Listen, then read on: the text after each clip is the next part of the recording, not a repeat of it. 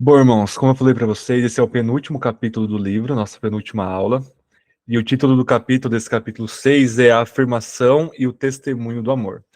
Uma das coisas importantes, talvez uma das mais importantes que ele vai tratar aqui, é logo no começo, ele vai dar um pouco mais de ênfase, que é uma questão sobre como aplicar essas verdades em diferentes contextos culturais e o quanto do contexto cultural em que cada igreja está inserida, e nós estamos inseridos, vai acabar influenciando, para bem ou para mal, mais ou menos a nossa dinâmica e a nossa compreensão da igreja, da membresia, da disciplina e por aí vai, tá bom? Então, só para começar aqui, eu mandei para vocês lá no grupo hoje, perguntas principais desse capítulo é: como uma igreja deve confirmar, supervisionar e excluir os membros de modo responsável, e ela deve levar em conta diferenças culturais nessas atividades? Então, será que existe um modelo único, padronizado, de igreja e de membresia e de disciplina, que deve ser universalmente aplicado de forma rígida? Ou será que uma coisa é completamente condicionada à cultura e à localidade, à época? Como a gente consegue achar um equilíbrio bíblico entre esses extremos, né? E respostas principais: em certa medida, isso é muito importante, essa relativizada que ele dá aqui, em certa medida, as igrejas devem levar em conta as diferenças culturais, principalmente em termos da complexidade de uma sociedade e em relação ao cristianismo. Ele vai exemplificar isso muito bem daqui a pouco com 3 igrejas, tá? Ao mesmo tempo, as igrejas devem confirmar, supervisionar e excluir os membros com regularidade, atenção contínua à sua obra de testemunho do santo nome de Cristo. Ok? Deixa eu deixar a Denise entrar aqui. Então, essas são as principais perguntas e respostas que a gente vai ter na aula de hoje, nesse capítulo 6. Logo no comecinho do livro, desse capítulo, ele vai colocar um parágrafo que eu acho muito importante, que eu copiei aqui para nós, que é o seguinte. Isso acho que ele foi muito na raiz do problema. Ele vai dizer o seguinte: nós nos unimos às igrejas da mesma forma que nos unimos à academia ou a um clube de esportes. Quando as coisas vão bem, nós aparecemos regularmente. Quando não estão, tiramos umas semanas ou uns meses de folga. Dizemos a nós mesmos que está tudo bem, porque a vida passa por estações. É claro, ter um companheiro para praticar exercícios ajuda. Podemos estimular um ao outro em uma boa parceria, contanto que o nosso companheiro não seja muito zeloso. Se a membresia se tornar muito custosa ou consumir muito do nosso tempo, sempre podemos abandoná-la. Mas Deus realmente pretendia que a igreja local definisse seu amor santo para o mundo, não apenas o crente individualmente, mas todo o corpo da igreja, junto em sua vida coletiva. Com o que essa igreja se parece do ponto de vista da membresia e da disciplina? Então, olha só o que ele coloca para nós, que membrar na igreja hoje, na mentalidade da grande maioria dos cristãos professos, daqueles que se dizem cristãos, é igual você se juntar a uma academia ou a um clube, ok? A academia e o clube são esferas legítimas estabelecidas na sociedade. Extrapolando um pouco do livro, o que vai centralizar a atividade na academia e no clube, ou em qualquer um desses contextos, é uma atividade mais estética, no sentido de lazer, de prazer, ou mesmo até de cuidado físico, no caso de uma academia, né? E essas instituições, essas localidades aí de academia e clube, elas não, por não serem centralizadas pela fé, elas não exigem um comprometimento total, holístico dos seus frequentadores. Elas exigem que você frequenta, pague lá a mensalidade e vá quando você quiser. Porque o que está envolvendo a legitimidade dessa esfera é outra coisa que não a sua fé, o centro do seu coração religioso. A igreja não pode ser confundida com isso, porque o que centraliza a igreja enquanto comunidade é a fé.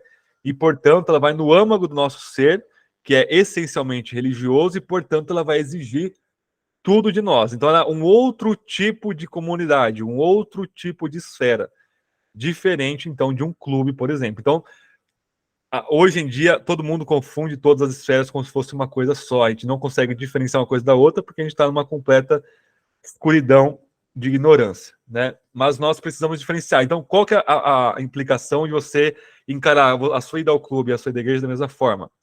E aí, eu não frequento academia nem clube, mas eu sei que aqueles que frequentam a academia preferem treinar com alguém junto, porque existe uma motivação, existe um motivando o outro, às vezes você não quer ir, o seu amigo te motiva a ir, então eu sei que quem frequenta, a maioria das pessoas prefere, até quem dá aula, quem é personal trainer, fala que é bom você ter um companheiro nesse sentido, né? E até mesmo para ir no clube, quando você tem mais gente. E aí, quando você tem lá na igreja alguém que está te ajudando ali a praticar a sua fé, você começa a associar uma coisa com a outra. O problema é que se você, vamos supor, fiquei doente, estou aqui com Covid, eu peguei uma doença mais séria, passei por uma cirurgia, não vou para academia, para o clube, não estou bem, vou passar aí um mês sem ir para me recuperar. Não posso fazer atividade física.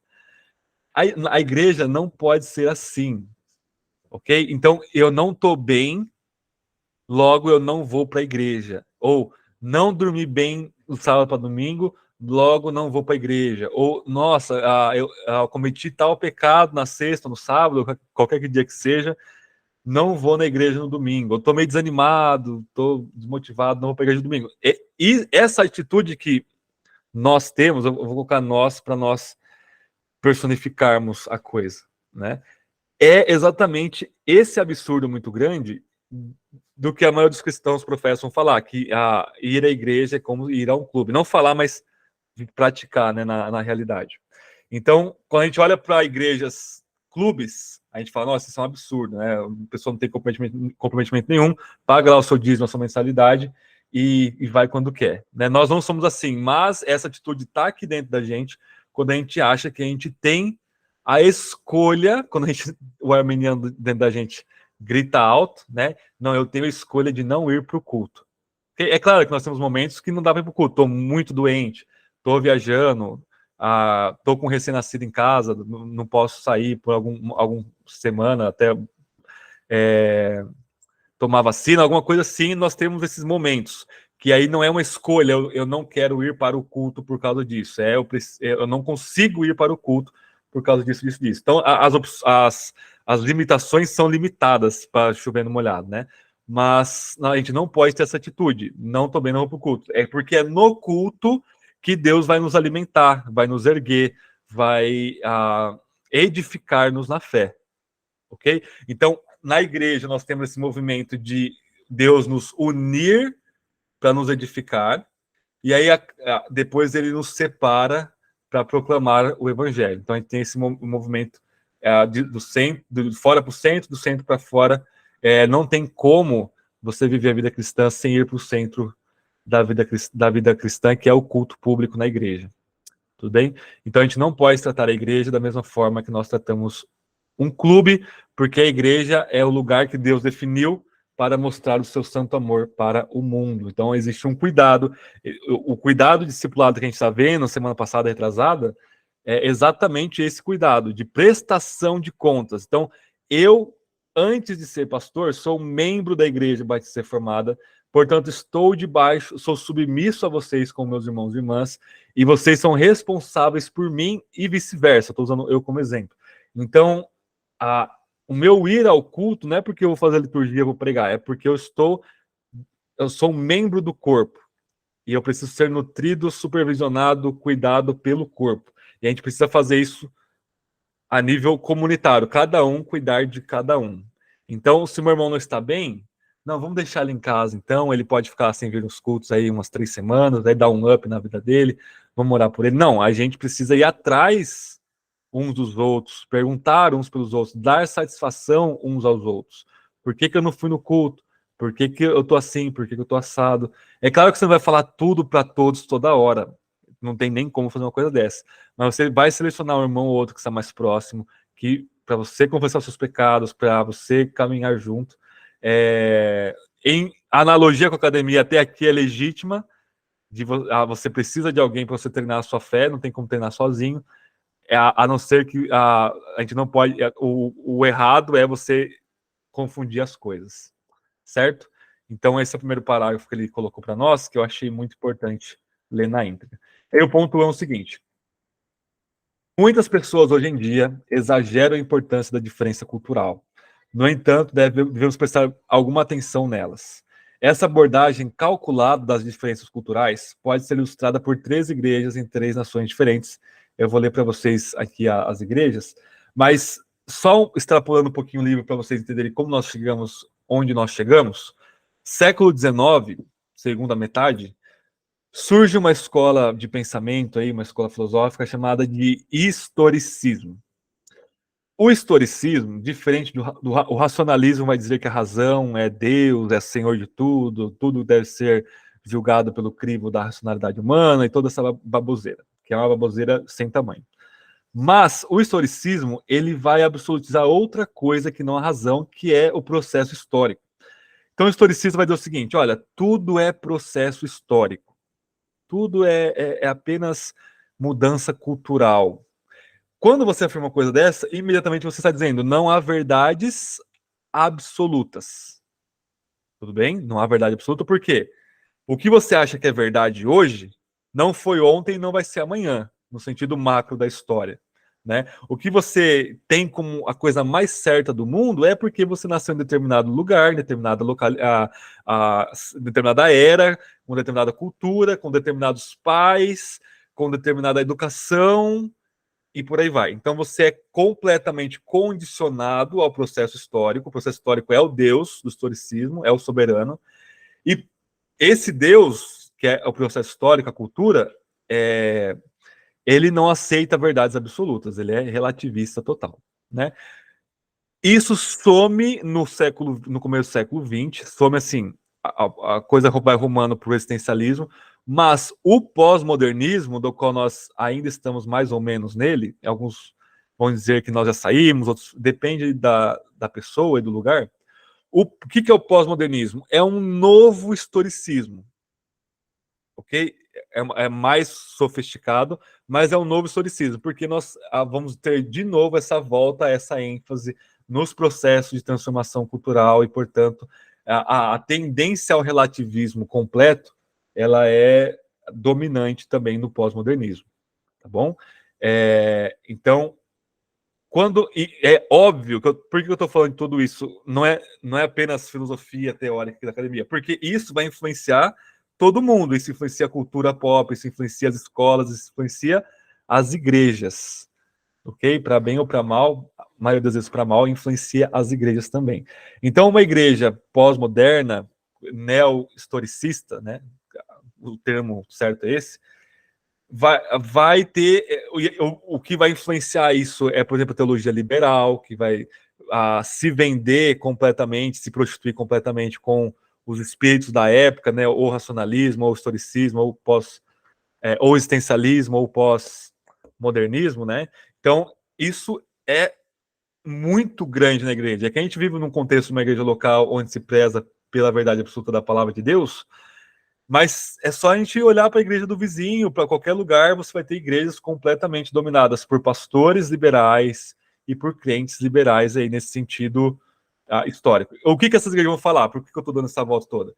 Que a cultura ela ganha uma soberania, ela ganha uma relevância, uma importância suprema, porque eu vou ter que adaptar a minha igreja, a minha fé, a minha comunicação do evangelho, entre aspas, para a minha cultura. Tudo bem? Então, por exemplo, se a cultura ela é predominantemente abortista, a nossa igreja precisa ser a favor do aborto. Se a cultura adotar pronomes neutros, eu vou começar a pregar com a graça e paz a todos. Coisa ridícula, né? Mas, enfim, tá gravando, né? Isso aqui, gente, preciso tomar cuidado com a língua aqui. Mas, estão percebendo? É isso que acontece com as igrejas. Ainda que eu tô levando o argumento ao ridículo, tô escrachando a coisa, mas é isso que algumas igrejas vão fazendo de pouquinho em pouquinho em pouquinho. Talvez a igreja vai falar assim, a gente nunca vai aceitar o casamento gay. Mas aceita muitas práticas, por exemplo, feminismo na igreja, entre milhões de outras coisas, e, querendo ou não, abriu a porteira para passar um boi e passa a boiada toda. Então, daqui a pouco, essa igreja vai estar descambando em muitas coisas que ela achava que não ia. Tudo bem? E aí ele vai dar um exemplo, irmãos, muito legal essa parte do livro, de 3 igrejas reais reais, na época que ele escreveu o livro. É claro que hoje elas mudaram um pouco, porque toda igreja muda, né? Mas eu até coloquei aqui para vocês acompanhar a leitura, pelo menos da primeira igreja. Eu acabei abrindo aqui. Olha só, 3 igrejas. Uma na Ásia Central, uma no Golfo Pérsico, deixa eu só... isso, e uma na América do Sul, aqui no Brasil. E não é a nossa igreja Batista Reformada. Mas olha só, vamos ver como que estar em diferentes lugares vai afetar membresia e disciplina de uma forma interessante. Olha só a igreja da Ásia Central. Vocês estão vendo aí o PDF, né? Essa igreja não tem nome ou prédio. Olha só, ela não tem nome e ela não tem um prédio. E não está registrada na cidade, não tem CNPJ e tal. Porque o governo a fecharia se soubesse de sua existência. Ela se reúne na casa de um membro numa cidade da Ásia Central, na qual quase todos são muçulmanos nessa cidade central. A maioria, então, muçulmana. Ela tem 8 a 10 membros e nunca terá permissão para crescer além de aproximadamente 20 pessoas. Quando os números começam a chegar a 20, o grupo tem que se dividir, pois as casas dos membros não são grandes o suficientes para acomodar mais pessoas e porque eles precisam ficar invisíveis para as autoridades da cidade, para o clérigo muçulmano e às vezes para o concílio da vizinhança. Então, olha só, uma igreja que não pode... Aí que eu usei a igreja como um bom exemplo semana passada, de que vamos ter 200 e poucos membros aqui, a gente faz contadinho as cadeiras, se tiver mais, a gente precisa abrir uma nova comunidade, mais ou menos assim, né? Aqui eles não podem ter mais de 20, porque está na casa de alguém aqui, uma casa não grande, não tem como ter mais de 20 membros. Isso será que afeta a membresia e a disciplina na igreja? Vocês vão ver que sim. Vão ver que sim. Continuando. A igreja se reúne todo domingo com seus 2 presbíteros, o Frank e o Hans, ok? Então, pastores reais aí, a fim de orar, cantar e aprender a Bíblia. Ambos são homens convertidos na última década, então, né, pouco tempo de conversão, e que aprenderam a maior parte do que sabem da Bíblia com 2 ou 3 missionários, embora um deles tenha sido capaz de passar vários meses na capital do país fazendo um curso sobre a Bíblia. Então, não é um curso bacharel em teologia, é um cursinho sobre a Bíblia, tá? Outras várias casas e igrejas se reúnem na mesma cidade, mas cada membro se une a essa igreja não pela transferência de uma igreja para outra, mas pela conversão e pelo batismo. Então, olha só, nessa cidade, não tem essa de que, eu vou me mudar, eu vou para a igreja do outro. Não existe transferência de membro de um para o outro, porque você vai ficar ali a sua vida toda. Como você entra na igreja, a 100%, assim, 90% é por conversão e batismo. Cada igrejinha casa, tudo bem? Em determinados domingos, convidados, vizinhos ou parentes aparecerão, mas aqueles que não foram batizados não serão convidados a compartilhar a ceia do Senhor. Obviamente, há pouco incentivo para que esses convidados compartilhem a ceia. Numa cultura como essa, que é totalmente hostil ao cristianismo, ninguém vai fingir ser um membro. Não existe. Ninguém vai fingir ser cristão lá, porque você não tem nada a ganhar, não tem status, você vai perder muita coisa. Às vezes tudo, ok? Não há ganho social algum com a membresia na igreja, porque isso é muito custoso. Na verdade, os seguidores de Jesus perderão sua identidade familiar, social, religiosa e muito da sua identidade étnica. Você só vai ter a igreja, vai ser a sua família, assim, 100%. A gente tem nossa família de sangue, a gente tem nossa família na igreja, a gente fala que a nossa família na igreja é mais importante, mas essa igrejinha aqui, de 10, 15 pessoas, é só eles que têm, tipo, é eles e eles. Porque normalmente você é abandonado sua família muçulmana lá. Uma pessoa se torna membro por meio do batismo, embora o batismo sempre seja precedido de várias semanas de entrevistas com os presbíteros e com a igreja. Quando o indivíduo faz uma profissão de fé pela primeira vez, Frank e Hans, os pastores, os questionam a fim de se assegurarem de que ele entende o evangelho e está arrependido. Quando é uma mulher que faz a profissão, uma das mulheres maduras da igreja é incluída nas conversas. A pessoa será chamada a fazer sua profissão de fé diante de toda a igreja, momento este em que os membros farão perguntas, mesmo que os novos crentes não sejam estranhos para os crentes existentes, sendo geralmente seus amigos, colegas ou membros da família. Os presbíteros lideram a discussão, mas encorajam cada um a participar, já que isso serve para esclarecer a compreensão que todos têm acerca do Evangelho. A congregação nunca vota para admitir alguém na igreja, mas eventualmente surgirá um consenso sobre o fato de a pessoa em questão ser um crente ou precisar crescer mais. Numa comunidade muçulmana como essa, é de se esperar que a conversão mude a vida das pessoas e, por essa razão, a igreja procura evidências da conversão. Ela não espera que tudo seja colocado em ordem na vida do convertido, mas deseja ver o início de uma vida de fé, principalmente a disposição para se identificar como um seguidor de Jesus. Como passo final, a igreja dará sua afirmação por meio do batismo, o que dá oficialmente as boas-vindas ao indivíduo na Assembleia. É lógico, os batismos são logisticamente difíceis de serem realizados na área central.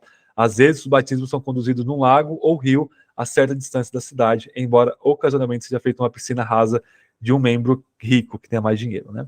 Ele vai falar assim, tive o privilégio de testemunhar o batismo numa piscina rasa de uma pessoa mais rica. Então, ele participou de uma igreja assim, tá? O autor, o Jonathan Lima. Os membros dessa igreja específica certamente amam e reconhecem os membros das outras igrejas da sociedade, ok? Eles são alguns poucos perseguidos. Ao mesmo tempo, eles reconhecem que Cristo os chama para se submeterem seu amor e obediência ao seu corpo de modo concreto. Por essa razão, eles se entregam principalmente uns pelos outros. Eles encorajam uns aos outros a fazerem evangelismo. Apoiam uns aos outros financeiramente quando o filho de alguém acaba no hospital. Eles juntam dinheiro para enviar um presbítero para uma sessão de treinamento ministerial a várias centenas de quilômetros de distância na capital. Não que eles nunca façam essas coisas pelos membros de outras igrejas, mas eles realmente entendem que sua obrigação primordial é de uns para com os outros na igrejinha local, na casa. Eles não exercerão autoridade para ligar ou desligar os membros de qualquer outra igreja. Okay? Então não é porque eu tenho 10 pessoas aqui na minha casa e lá no centro um outro irmão tem 10 pessoas, a gente tem a mesmíssima fé que a gente vai dar pitaco. Então cada um fica na sua igreja local. Em certa ocasião, um presbítero estava com problemas com sua família, ao ponto de outro presbítero interferir de um modo que ele não faria com um líder ou um membro de outra congregação.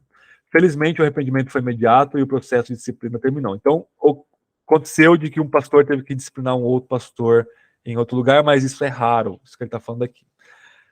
Deixa eu marcar aqui onde eu estou. As igrejas são independentes, mas não são autônomas. Elas são, em conjunto, parceiras do evangelho e interdependentes. Em resumo, para terminar essa primeira igreja, as outras eu não vou ler, só vou resumir. Em resumo, não há classes para os membros, igual nós temos, além das reuniões semanais e do discipulado, que acontece ao longo da semana.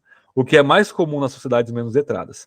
Não há um rol de membros escrito, porque todos sabem quem é da igreja e quem não é. Não há visitas ao escritório do pastor para uma entrevista. Os pastores não recebem muito. A maioria deles também não tem escritórios. Né? Não há voto congregacional ou edital liberado pelo presbítero sobre os novos membros. De qualquer forma, ninguém poderia se unir a uma comunidade desse tamanho diante das fortes objeções de vários indivíduos. Fazer isso, por definição, semelha a divisão da igreja. Cabe a todos os dissidentes abandonar suas objeções ou demonstrar porque elas são convincentes. É fácil perceber um consenso num grupo de 15 ou 20 pessoas. Acho que é o último parágrafo aqui. Creio que podemos ver que essa pequena congregação na Ásia Central, como mais ou menos dentro do padrão bíblico, ela poderia melhorar em alguns aspectos de sua prática de membresia e disciplina, como articular sua declaração de fé mais concisa ou uma aliança de membresia na igreja. Né? Com o tempo, se Deus quiser, ela fará isso. Em igrejas como essa, as declarações de fé e as alianças consistem geralmente de vários versículos memorizados que são recitados toda vez que a ceia do Senhor é tomada, e ele vai continuar falando aqui. Então, tem diferença, então, você ser uma igreja no Brasil e ser uma igreja na Ásia Central? Tem essas diferenças, ok? Claro, nós temos a mesma fé, a mesma salvação, a mesma Bíblia, mas está numa cidade que todo mundo é muçulmano, que vão te perseguir se você saber se você é crente. Você não vai colocar lá, vamos fazer uma placa, Eric, Igreja Batista Reformada da Ásia Central, bem grandona aqui na frente da minha casa, e colocar um alvo aqui para tiroteio, basicamente. Então não tem nome, então não é uma igreja evangélica denominacionalista, não existem nomes de denominações, ok? Não vai ter o rol de membro por escrito, porque 15, 20 pessoas, não tem por que ter. Todo mundo conhece todo mundo a nível muito íntimo, né? Disciplina acontece mas o processo talvez seja mais rápido, porque estão ali mais juntos, menos pessoas. Os pastores também trabalham, porque não, imagine como que sustenta um pastor com 15 pessoas ali, não lá com muitas condições, né? E aí por aí vai. Então eles têm os seus desafios. Então, mas vocês percebem que a crítica do Lima é, primeiro, eles estão dentro do padrão bíblico. Segundo, eles podem melhorar, como toda igreja deve melhorar, em um ponto ou outro, mas a membresia nessa igreja funciona diferente da nossa, no nível institucional, digamos assim, né? No nível da estrutura. Mas a nível espiritual é a mesma coisa. A nível prático também, digamos assim, que é muito parecido. Certo, gente? E aí, o segundo, vocês têm algum comentário, vocês podem me interromper, tá? Vocês sabem disso. O segundo exemplo de igreja que ele dá é também numa cidade muçulmana, mas em Dubai. E aí o pastor de lá, ele conhece o pastor de lá em Dubai. E aí é uma cidade muçulmana, mas é totalmente diferente o contexto cultural. Porque essa igreja, o pessoal que vai lá para Dubai, não, a maioria é imigrante, vai lá para trabalhar alguns meses, alguns anos no máximo, 2, 3 anos, faz seu dinheirinho e volta para o seu país, sei lá, norte da África, ou qualquer outro lugar, né? Ali dos países ao redor. Então, esse é o contexto da cidade, movimentação total. Então, a igreja que ele está colocando aqui é a maior igreja lá em Dubai. É a maior igreja de Dubai. E aí, esse amigo dele, quando foi pastorear lá, e aí, no entendimento mais saudável de igreja e tudo mais, ele se colocou diante do quê? De uma igreja que você também não tem hall de membros, mas imagina uma igreja, eu não lembro o número que ele colocou aí, mas 600 membros no mínimo. Uma igreja grande, confortável, por quê? O governo lá de Dubai permite a reunião, permite igrejas cristãs lá, por quê? Exatamente para incentivar o trabalho, né, a migração para lá, o trabalho e gerar a economia do país. Eles não permitem o muçulmano nativo frequentar, mas eles permitem os imigrantes que falam, né, o pessoal que está indo lá para trabalhar, para frequentar essas igrejas. Então, todo mundo vai para a igreja lá que veio de outro país. Porque, assim, exagerando, né?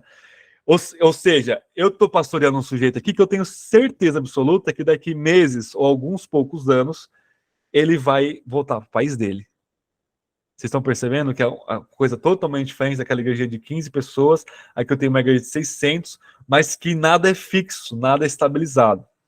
Isso já muda muita coisa. Então, essa igreja, ela estava com uma prática de igreja de membresia totalmente, muito errada, quando esse pastor chega lá. Porque ninguém conhecia ninguém discipulava e disciplinava ninguém. Você só ia lá porque você se identificava de alguma forma com a fé cristã. Era uma coisa assim, fluxa. Era um rio fluindo lá de pessoas, mesmo tanto que entra, sai pela porta da frente, sai pela porta de trás. Okay? O que esse pastor começou a fazer? Começou a fazer o hall de membros, começou a disciplinar os membros, o pessoal começou a ficar horrorizadíssimo no começo. E como assim esse pastor chega e já quer tomar conta da minha vida? Pastor, deixa eu trabalhar aqui, cara, eu trabalho demais aqui, eu tenho que juntar dinheiro da minha família que é pobre lá não sei onde, e você está querendo me encher as paciências por causa disso, né, de pecado, obviamente. Ele começou a fazer isso, a igreja, e ele começou a colocar as igrejas no eixo do evangelho novamente. Mas vejam que é um desafio muito, muito grande. Okay? Então, estruturar uma igreja dessa em termos de disciplina e de membresia é um desafio muito grande. Ok? Então, a gente pode pensar na igreja da Ásia Central, no primeiro exemplo, como sendo mais difícil, porque você tem ali aquela opressão toda, aquela dificuldade toda, vamos fazer aqui quietinho, mas, digamos assim, aqui onde é permitido, mas tem esse fluxo, os desafios são maiores, né? Então, eu pastorear 600 pessoas que tá aí nem aí com nada, eu prefiro 15 lá perseguido, digamos assim, né? Se eu posso estar errado, se eu fosse escolher, escolheria a primeira, né, Kaique? Não sei qual que você escolheria aí, não tem que escolher nada, né? Tem que pastorear, mas a nível humano a gente faria isso. E um terceiro exemplo de igreja, gente, que eu achei muito legal, é a Igreja Batista da Graça de São José dos Campos, pastoreada pelo pastor Gilson e pelo presbitério local lá. Nós éramos filhos dessa igreja, nossa igreja chamava Igreja Batista da Graça de Indaiatuba.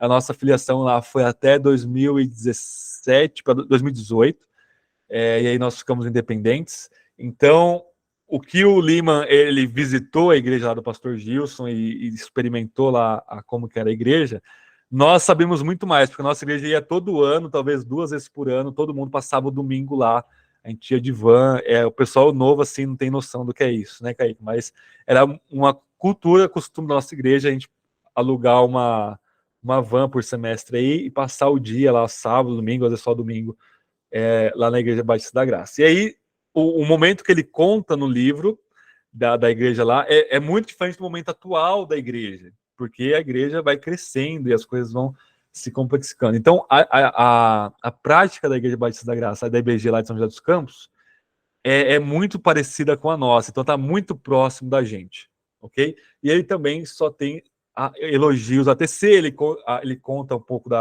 do contexto histórico da igreja, como era no começo, com a plantação dos missionários lá, o pastor Gilson assume então o ministério pastoral, você outros desafios antigamente.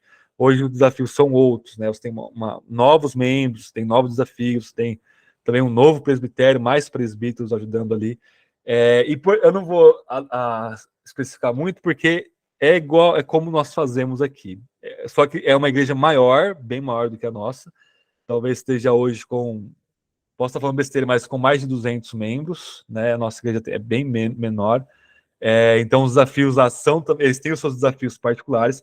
O ponto é que cada igreja local tem os seus desafios, ok? Que a cada país e cada momento da história vai colocar certas demandas, ao mesmo tempo em que ele vai falar o seguinte, o Lima, olha, isso tem lá a sua importância, a gente precisa levar isso em conta, mas isso não é definidor, isso não é absolutizador. O que é definidor para cada igreja é a Bíblia, é lógico, né? Só que o modo como eu vou aplicar isso, ele tem lá a sua elasticidade de sabedoria dentro dos limites da teologia da Bíblia, para eu aplicar isso ou não. Aplicar isso ou não, por exemplo, ter um rol de membros. A Bíblia fala, tenha um rol de membros por escrito, com a foto de cada um lá. Eu estou pensando na igreja que o Kaique está agora, né? Bem bonitinho, uma coisa lindíssima, com a história de cada membro. A Bíblia não fala isso, digamos assim. Ok? Então a gente vai olhar para uma igreja lá da Central e dizer: vocês não têm rol de membros? Aí vão falar assim: mas vocês têm, vocês precisam, vocês não se conhecem, vocês podem virar a coisa contra nós. O ponto é que existem certos pontos de elasticidade, mas existem pontos, obviamente, que são inegociáveis. Esse é o ponto aqui do Lima. Certo? Se vocês não me interromperem, eu vou mandar bala aqui. Ponto 2. Em outras palavras, as igrejas devem prestar atenção ao quão complexa é a cultura, bem como ao quão favorável ou desfavorável ela é em relação ao cristianismo. O que exige que as igrejas garantam que tanto a igreja quanto os cristãos tenham a oportunidade de explicar adequadamente a si mesmos. Então, digamos assim, é menos complicado no nível social da coisa ser igreja no Brasil do que ser igreja na China ou na Coreia do Norte, por exemplo, ou nesse exemplo da Ásia Central. Mesmo assim, todas as igrejas têm seus desafios culturais, mesmo assim. E cada igreja precisa se explicar a si mesma, ter essa autoconsciência de o que nós somos, qual que é a nossa identidade à luz da palavra de Deus. E aí chegar a denominadores comuns teológicos aí do Novo Testamento. Certo? Então a gente precisa prestar atenção a esses pontos culturais. Ponto 3. Ao mesmo tempo, as igrejas em toda parte estão incumbidas, em toda parte, isso é uma das verdades negociáveis, estão incumbidas de distinguir um povo santo, que sempre será resistido pelo mundo, pela carne e pelo diabo. Okay? Então, toda e qualquer cultura, por mais favorável que seja ao evangelho, vai resistir à igreja, em algum nível. Okay? Em algum nível, a resistência acontece. Por quê? O mundo nos odeia. Jesus falou no Evangelho de João, se o mundo me odiou, imagine a vocês, mas tenham bom ânimo, eu venci o mundo, ok? Então, não existe cultura que seja santa por si, ou 100% santa, ou nossa, vamos criar uma cultura gospel, ou uma escatologia ultra realizada aqui, onde nós vamos estabelecer o reino de Deus nessa cultura, vamos evangelizar o Brasil todo vai ser do Senhor. Isso é uma coisa que eu estou enfatizando nas pregações, especialmente quando falar da terra prometida lá no escrito de Moisés, né? Não existe mais uma geografia de uma terra santa. A terra santa agora é a igreja, onde quer que ela se reúne, quer seja debaixo da ponte, quer seja numa caverna, quer seja num salão ou num cinema, sei lá. Então, porque cada lugar, cada época, cada igreja tem a sua resistência pelo mundo, pela carne e pelo diabo. Bem? Não podemos perder isso de vista. Ponto 4.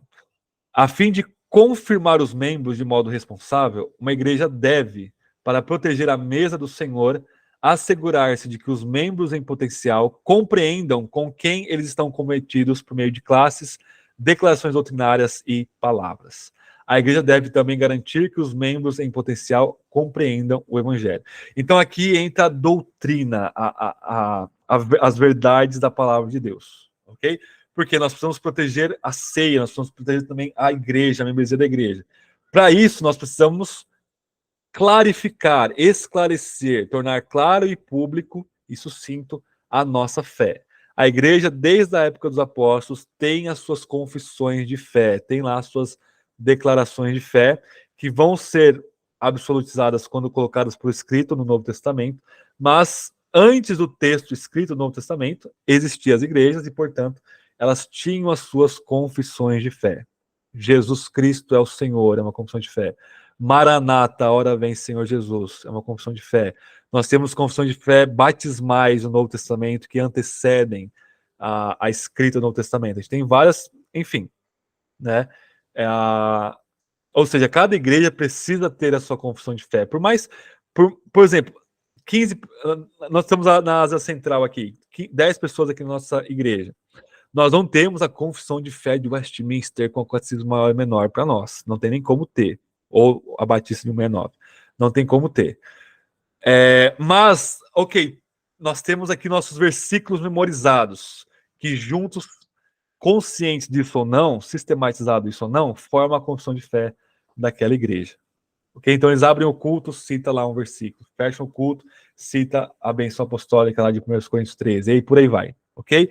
Então não tem como. Cada igreja precisa ter a sua declaração doutrinária por palavras claras. Isso é uma prática que é uma implicação direta do evangelho. O evangelho como boa notícia, essa notícia precisa ser, para ser boa, precisa ser inteligível e sistematizada. Tudo bem? E a igreja deve, então, garantir que os membros em potencial compreendam, portanto, o evangelho. Okay? É muito interessante um caso que eu lembrei lendo esse capítulo. João Calvino, por exemplo, e já faz um tempão com isso aqui, espero não cometer nenhuma imprecisão, mas o Conselho de Genebra, tipo assim, nossa, Calvino era o presidente lá, o prefeito de Genebra. O Conselho de Genebra era completamente ímpio e completamente oposto ao ministério pastoral de João Calvino. Né? Eles se opunham assim violentamente a Calvino. É quase uma birra, né? O Calvino falava A, então vou falar B para contrariar, só para contrariar a Calvino. É só depois de muito tempo trabalhando lá que ele vai ter uma influência um pouco mais positiva, trocando os membros lá desse conselho, que é como se fosse a prefeiturinha deles lá, né? E aí, tipo, eles mandavam na cidade, portanto, eles eram publicamente devassos, publicamente ímpios e tudo mais, foram num culto de Calvino de ceia, e eles iam tomar a ceia, um sujeito lá que era publicamente ímpio. Aí Calvino ele se pôs assim na frente da mesa da ceia e falou nas nossas palavras, né? Você só vai tomar ceia por cima do meu cadáver, contextualizando, né, a frase do Calvino. Ou seja, o Calvino entendia então que ele como pastor precisava proteger a mesa do Senhor, porque só os verdadeiros cristãos são chamados à ceia. Um ímpio não pode chegar na nossa igreja e dizer, ok, eu vou tomar ceia. Ok, a gente resiste a isso com membresia e disciplina. E às vezes precisa na história fazer uma coisa drástica como Calvino fez, né? Mas imagine, por exemplo, um muçulmano entrar infiltrado lá na igrejinha de 10 membros lá na central para acabar com eles. Eles precisam tomar cuidado, assim, ficar com o olho arregalado, assim, serem astutos como as serpentes e simples como os pombos, como Jesus disse. Certo, gente? Ponto 4 é esse. Ponto 5. O alvo da supervisão do membro é apresentar um testemunho fidedigno de Cristo na Terra. Toda a igreja, líderes e membros, participa desse cuidado fundamental no Evangelho e guiada pelo discipulado por meio do ministério da palavra. É outra forma de dizer aquilo que a gente já está vendo. Ele vai expandindo o ponto, né? Então a gente precisa proteger aí a doutrina. Muitos liberais, só uma digressão aqui, vão dizer que não havia ortodoxia no século I. A ortodoxia só estabeleceu no Concílio de Nicéia, lá no século IV, no ano 325, quando o concílio se reuniu. Isso é a maior baboseira do mundo, é analfabetismo bíblico total, porque é só você ler qualquer linha do Novo Testamento que vai estar lá a verdade sendo defendida e a mentira sendo exposta. Por exemplo, o judaísmo entrando na igreja em Gálatas, o judaísmo místico entrando na igreja de Colosso, o helenismo influenciando a igreja de Corinto, um pré-gnosticismo influenciando as igrejas de João ali, que ele escreve suas cartas. Então, os nicolaítas lá, o pessoal que seguia Balaão lá de Apocalipse 2 e 3 ali. Então, o tempo todo os apóstolos dizendo, isso é o que nós cremos. Os hereges não creem nisso, portanto, são expulsos da igreja.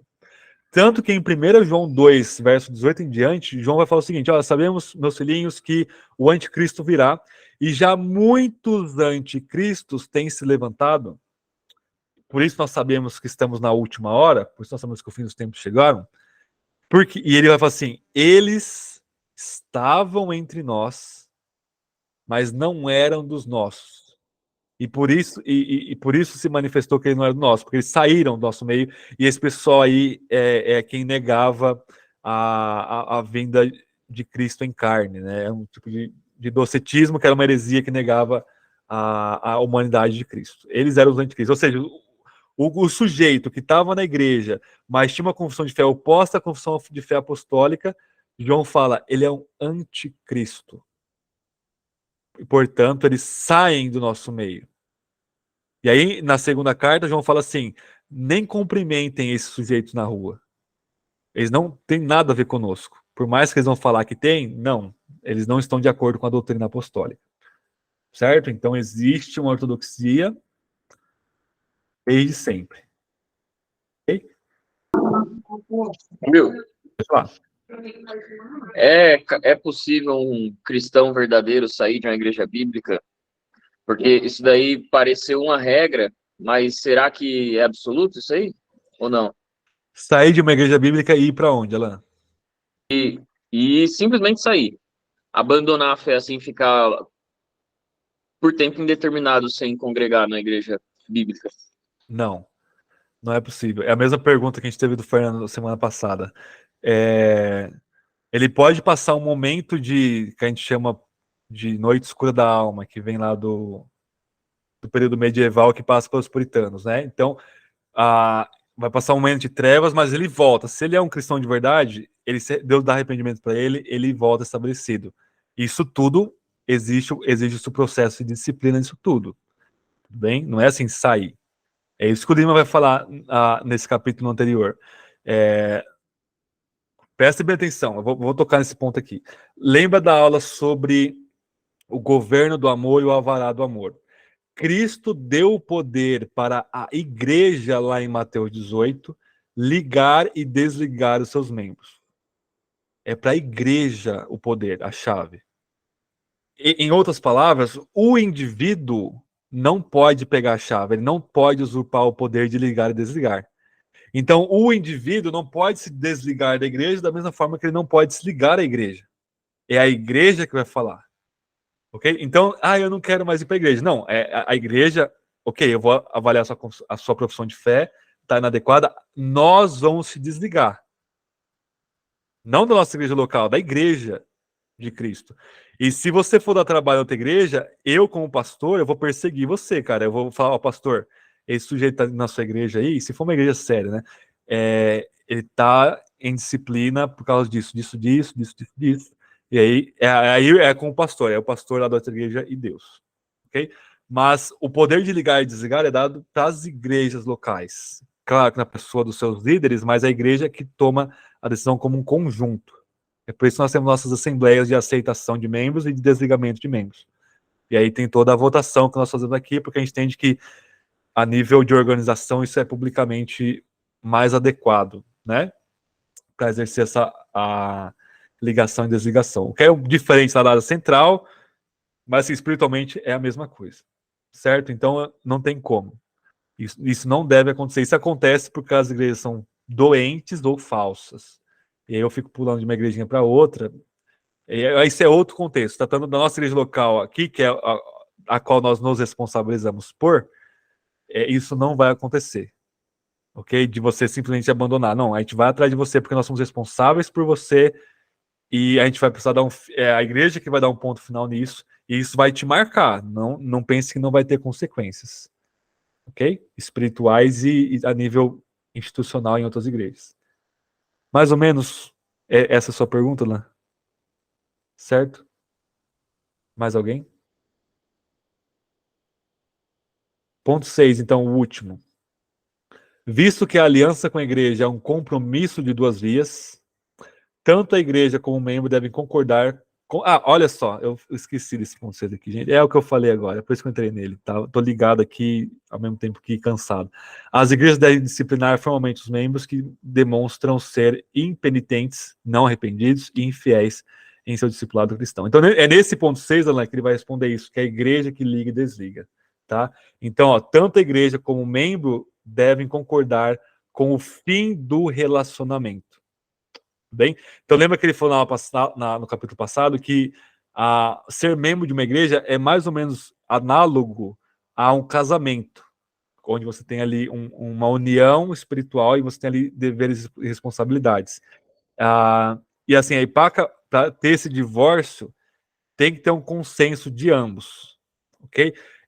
Por exemplo, uma situação muito difícil é a igreja quer me mandar embora e eu não quero ser mandado embora e a igreja não tem nenhum motivo para isso. É uma situação que eu não conheço nenhum exemplo na prática, assim, de nenhum pastor que tenha passado por isso, né, em igrejas bíblicas, digamos assim.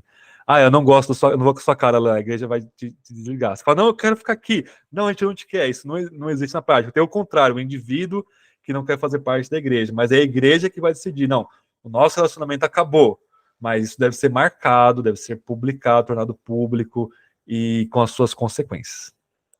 Tá bom? Então, de conteúdo por hoje é só, bem resumido. Deixa eu parar a gravação aqui para nós orarmos. E aí vocês podem falar também.